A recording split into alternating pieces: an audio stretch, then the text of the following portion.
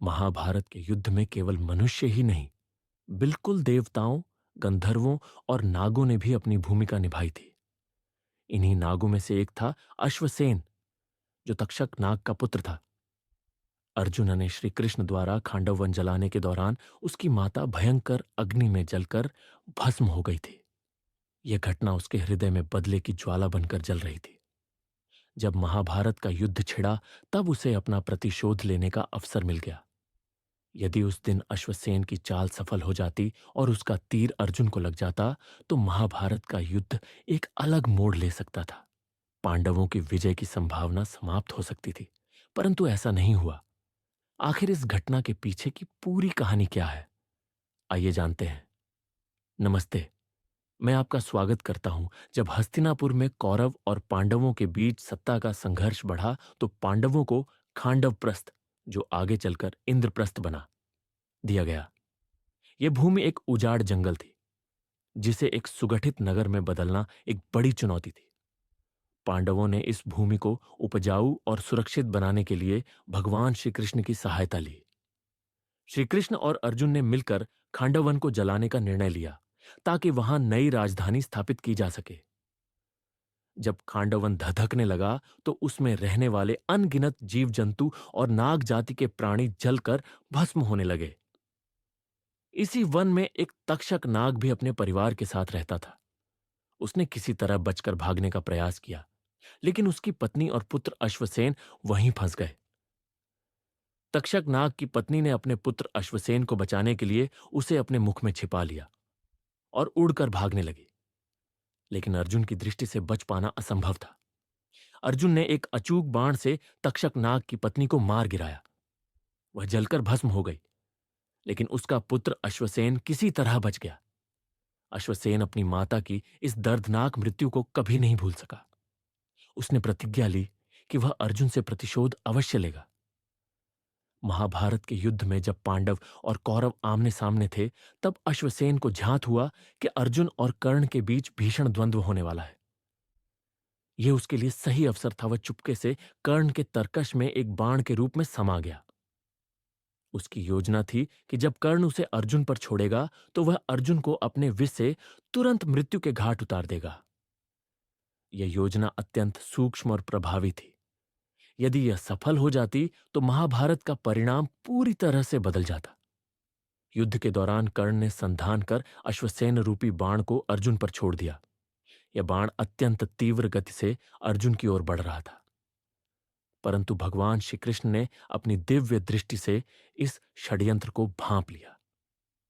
जैसे ही बाण अर्जुन की ओर बढ़ा, श्री कृष्ण ने अर्जुन के रथ के घोड़ों को अचानक बैठा दिया। इससे अर्जुन का सिर झुक गया और बाण उसके मुकुट को काटता हुआ निकल गया। यह मुकुट अर्जुन को देवताओं से प्राप्त हुआ था, जो उसकी रक्षा करता था। यदि यह बाण अर्जुन को लग जाता, तो वह तत्काल मृत्यु को प्राप्त हो सकता था और युद्ध का परिणाम निसंदेह कौरवों के पक्ष में चला जाता। अपनी योजना असफल होते देख अश्वसेन नाग क्रोधित होकर प्रकट हुआ और कर्ण से बोला, हे कर्ण, तुमने मुझे साधारण बाण की भांति छोड़ा। इसी कारण मैं अपने लक्ष्य को प्राप्त नहीं कर सका। अब की बार मुझे ध्यानपूर्वक छोड़ो। मैं अर्जुन को तुरंत मृत्यु के घाट उतार दूंगा। कर्ण को यह जानकर आश्चर्य हुआ कि उसका तीर वास्तव में एक नाग था। उसने अश्वसेन से पूछा, हे नाग, तुम कौन हो और अर्जुन से इतनी घृणा क्यों करते हो? तब अश्वसेन ने अपनी पूरी कहानी सुनाई और कहा, अर्जुन ने खांडव वन जलाया था, जिसमें मेरी माता की मृत्यु हो गई थी। मैं तभी से प्रतिशोध की आग में जल रहा हूं। कर्ण ने उसकी बात ध्यान से सुनी और फिर शांत स्वर में उत्तर दिया, हे नागराज, तुम प्रतिशोध की ज्वाला में जल रहे हो, परंतु अर्जुन ने तुम्हारी माता को जानबूझकर नहीं मारा था। यह केवल युद्ध की परिस्थितियों का परिणाम था। मैं अपने धर्म और शौर्य से अर्जुन को परास्त करना चाहता हूं, किसी छल या कुटिलता से नहीं। इसलिए मैं तुम्हें दोबारा अपने बाण पर नहीं चढ़ा सकता। कर्ण के इस उत्तर से अश्वसेन हतप्रभ रह गया। उसने एक बार फिर अनुरोध किया, हे कर्ण, यदि तुमने मुझे संधान नहीं किया, तो तुम्हारी पराजय निश्चित है।